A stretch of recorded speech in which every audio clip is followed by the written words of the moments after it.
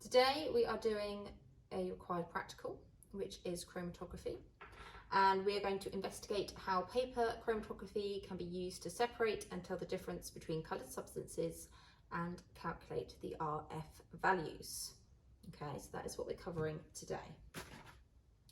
Now, in chromatography, there are two main phases, and that's really important because that is the basis of how chromatography works. So there is something called the stationary phase. Okay, so the stationary phase, stationary means not moving. So in chromatography, the stationary phase refers to the chromatography paper. The second phase is the mobile phase. So it's called the mobile phase because it's the part that is moving, and that is our solvent. Okay, now a solvent is anything that is going to dissolve our compounds and move them through the chromatography paper. Now the solubility of the compound in that particular solvent is going to determine how far it moves up the chromatography paper, and that is how we are able to separate those substances. You can use different solvents, so your mobile phase can be water as a very common solvent, but also things like alcohol. And it's different compounds will have a different solubility depending on what the solvent is. Okay, we're going to do two lots of chromatography here, one using water as a solvent and one using ethanol, so we can see the difference using the same compounds. Once you've got your chromatography paper all measured out so that it fits nicely into your beaker, you can then attach it. I've attached it to a glass rod, so it just about hangs just above the bottom. I'm then going to draw a pencil line a couple of centimetres up from the base of my chromatography paper. Okay, the reason I've used pencil is because pencil is not soluble. So when my solvent starts moving up the paper to dissolve my compounds, it won't dissolve the line. Okay, that's really important because obviously I don't want my line to become part of my results, and I will need to use my line later for calculating the RF value. Okay. It's also a way of making sure that the solvent that I'm going to put into the bottom of my beaker doesn't come above that line. If it came above that line, when I put my compounds onto it, the compounds would just wash into the solvent at the bottom, and that would not work as an experiment. So let's get set up. These are capillary tubes, and they should help me to get a very concentrated spot of each of my compounds on the chromatography paper. So I'm going to start with A, and all you do is put it in and use your finger to produce a suction, and it will draw up some of the liquid. And then I'm going to very carefully, this is where you need a steady hand, which I do not have, just put a little spot on your chromatography paper. Let that dry, and then put on another spot.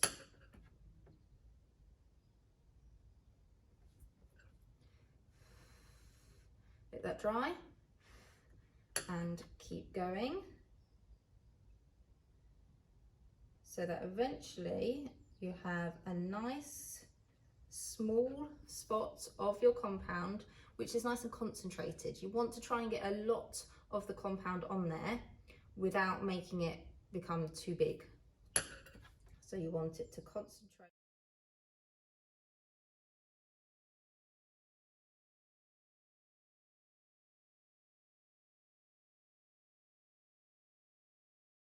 So now we come to our unknown substance. I'm going to just put this on the end here. So hopefully I can use my known substances A, B, C and D to identify what will be in my unknown substance.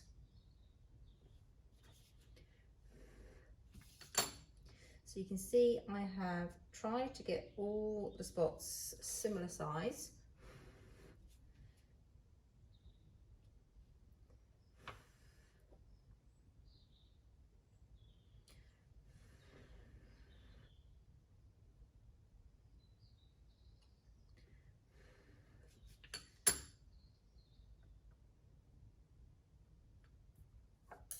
Okay, there are my 5 colours all ready to go. Okay, I'm just going to label them A, B, C, D, and unknown. And my chromatography is ready to go. So I need to put some solvent into my beaker. Now remember, the solvent has to reach the base of the paper, which that should do, but shouldn't be above the line, shouldn't reach up to any of my compounds, because I don't want them to wash into my solvent. So that should be enough. Put it in.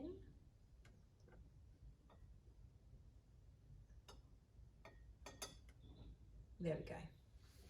Okay, so you can see that my solvent, if I bring it a bit closer, is now moving up my beaker.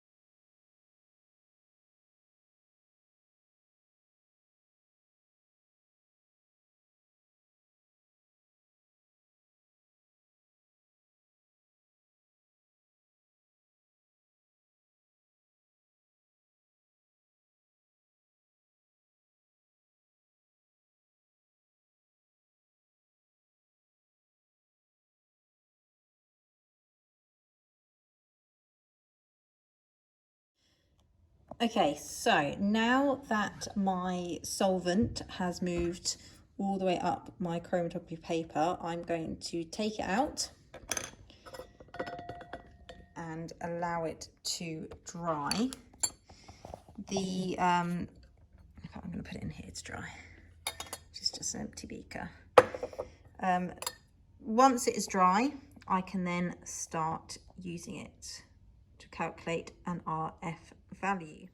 Okay, so I've now got my finished chromatography paper. It is nice and dry, and I've just noted on there which of the colours came from which colour at the bottom. So here we have A, and A actually produced 2 spots, this sort of bluey spot here and this big pink spot here.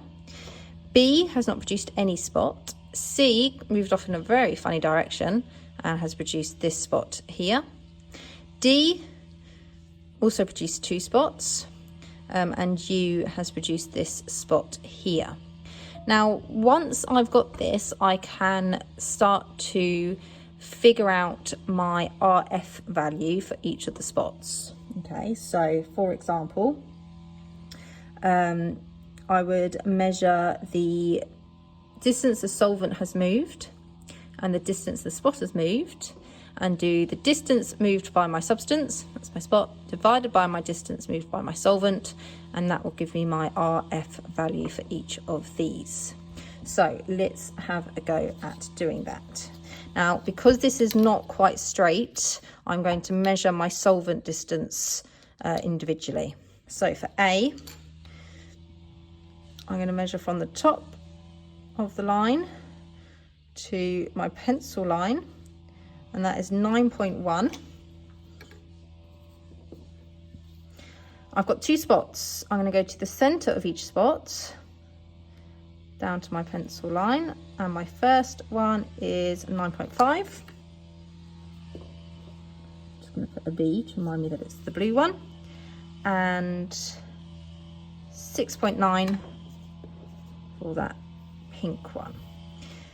B, now obviously B didn't move at all. The solvent moved up by 10.1. but the spot did not move, so we can just leave that as 0. C went off in this very funny direction, as I said before.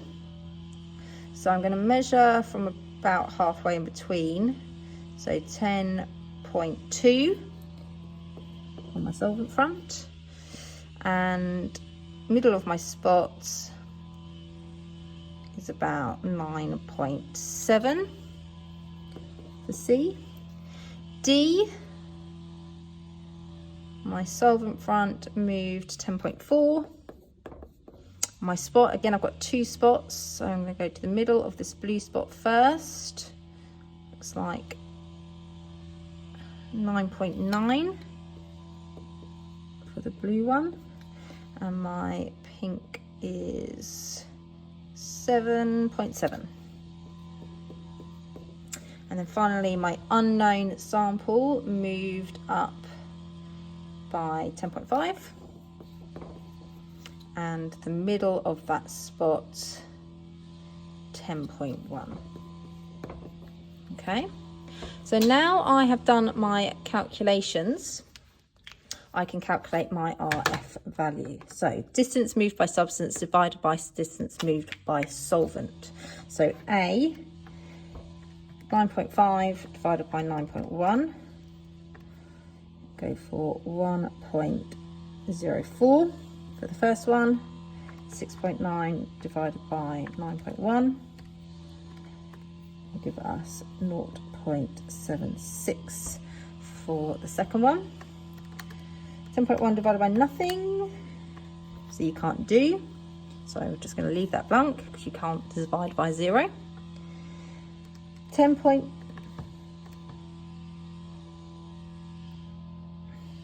oh, I did that the other way around, didn't I? 0 divided by 10.1 is obviously going to be 0. 9.7 divided by 10.2 is 0.95 recurring, so that's 0.95. Oh, look at that for a number.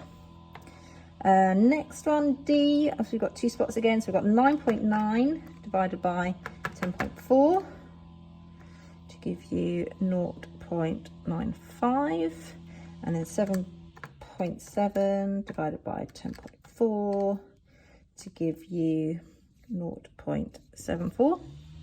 And then finally our unknown sample, we've got 10.1 divided by 10.5 to give us 0.96.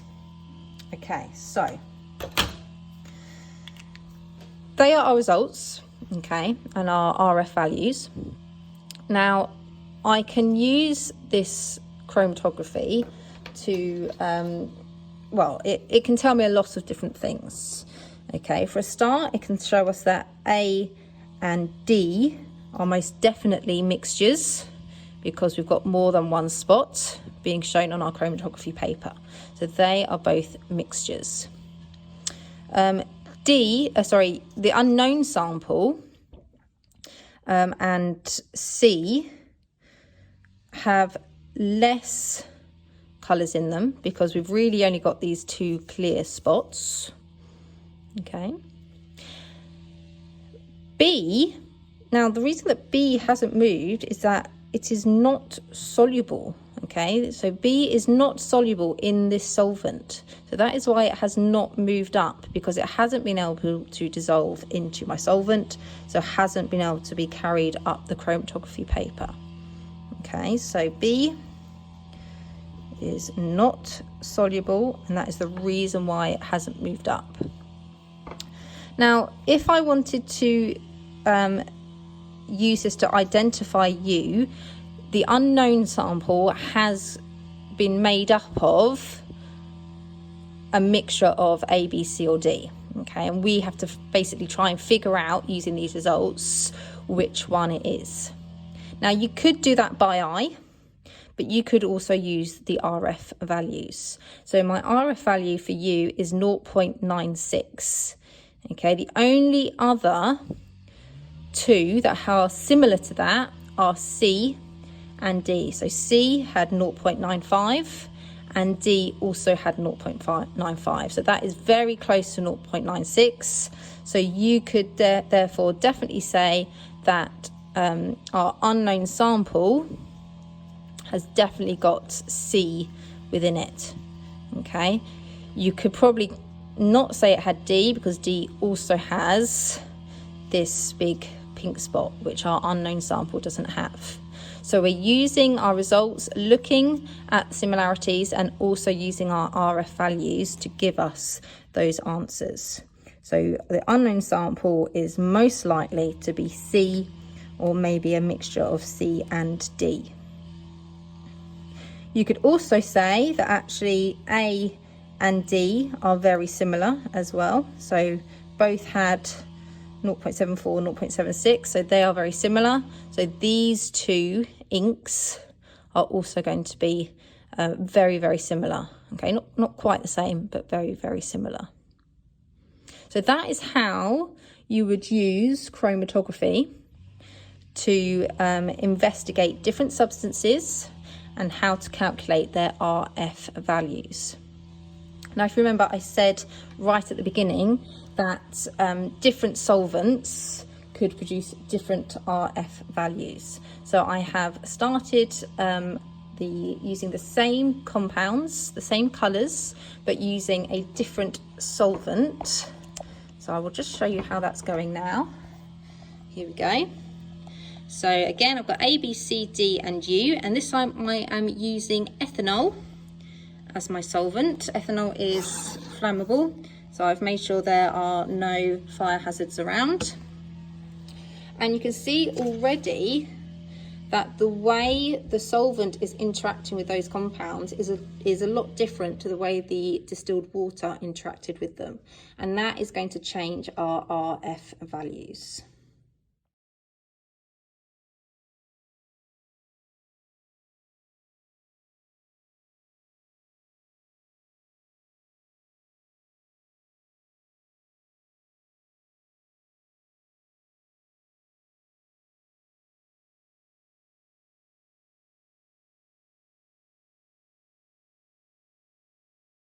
You can see with using a different solvent, the way that those different pigments move up the paper is already very different.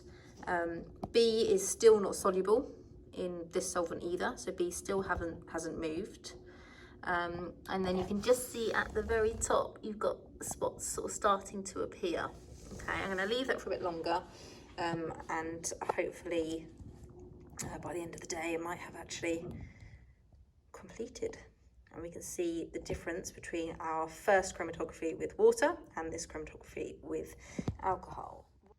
So this is just a diagram that I have drawn of a chromatography setup. It's a sort of diagram that you might get in an exam question. Okay, so this is my beaker around the outside. This is my stationary phase, which is my chromatography paper. I have got my mobile phase at the bottom, and that is my solvent. Okay, I've made sure that the solvent line is underneath the line where I'm going to put my spots, or where I have put my spots. That's to ensure that the substances do not wash off into the solvent. It's very important. My line here has been drawn in pencil, which is insoluble, and so it stays in place whilst the solvent moves up the paper. Okay, I need that line to stay where it is. Okay, so these are the key parts of my chromatography: my stationary phase, my mobile phase, my pencil line, and my solvent only coming up to below the pencil line, but so that it's touching the paper. So this is showing the results of a chromatography that's already been done, and we can learn a lot about our substances using this information. Okay, so for example, substance A, I can see immediately that it is a mixture, and it's a mixture because we've got these three different spots. So there's 3 different substances making up A. Okay, so that one I know is a mixture. B is also a mixture, and one of its substances is also found in A. So they are both the same substance, and it's also got a substance of its own, which is not found in A. C, we can see, is insoluble, okay? It hasn't moved off the original line, so therefore it's insoluble in this solvent, so it stayed where it is. D is a mixture of 2 substances, and it has gone the highest, so it is the most soluble, has the highest solubility of all the other substances because it's gone the furthest up the paper. Okay, so it has the highest solubility. E has just 1 dot, so that is a pure substance. It is just made up of 1 thing. Okay, so that means that it is pure. F is also a mixture because we've got more than 1 dot, and we can see that it has the same dot here and the same dot here. So in fact, B and F are the same substance because they've got dots at exactly the same level. So F is same as B, B is same as F. Okay, so these are all the different things that we can learn from looking at a chromatography result. Okay, we can also calculate RF values. Okay, let's say that our solvent has reached the top here. Okay, so RF value equals distance moved by substance divided by distance moved by solvent. You must learn that. You need to remember that. Okay, so I can do that very quickly. Let's say I wanted to know the RF value for E, because that's my pure substance. My distance moved by substance is 2.4. Distance moved by solvent is 14.2. So 2.4 divided by 14.2 equals 0.17. And that would be my RF value for E. And that is everything that you need to know about chromatography.